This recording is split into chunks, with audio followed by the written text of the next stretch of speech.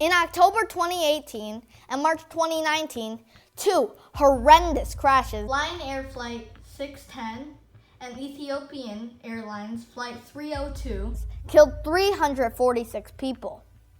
So what caused these crashes? A Washington Post article by Ian Duncan, Michael Larice, and Lori Aratini explains it well. You can see the full title here.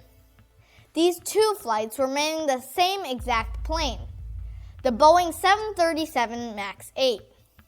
We start our story with Boeing's rival, Airbus. Airbus announced in 2010 that they would upgrade their single-aisle airplane, the A320. Airbus claimed that they would add a much larger engine that would make the airplane 15% more fuel efficient. The great thing about this model is that a pilot could fly the plane with ease with minimal additional training. This model, the A320neo, could save airlines huge amounts of money. The only way Boeing could strike back is to upgrade their engine on their single-aisle plane, the 737. Unfortunately, there was a roadblock. The 737 is much closer to the ground compared to the Airbus A320 and Airbus A320neo.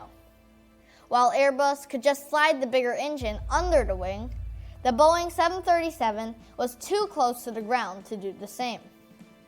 They managed to find a solution and move the engine up the wing, and it managed to fit. Boeing announced the same thing and said that pilots needed minimal additional training to fly the new Boeing 737 MAX. Unfortunately, there was a side effect of moving the engine up the wing. When the plane was in full thrust, like takeoff, the nose tended to point too high.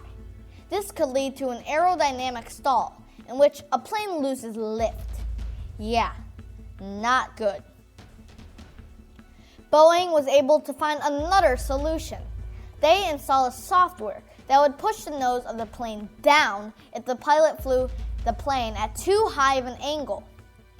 They called it MCAS, or the Maneuvering Characteristics Augmentation System. But since Boeing was selling the Boeing 737 MAX as a similar plane to the old 737, they did not mark the new MCAS system. In 2018, many pilots started complaining to the FAA that the plane would suddenly start nosing down. In the first crash, the altitude report showed that the sensor was faulty and was constantly pointing down. And it also showed that the pilots were trying to fight the MCAS system. Nothing about how to counter this was in the handbook, and there was no off switch or backup sensors.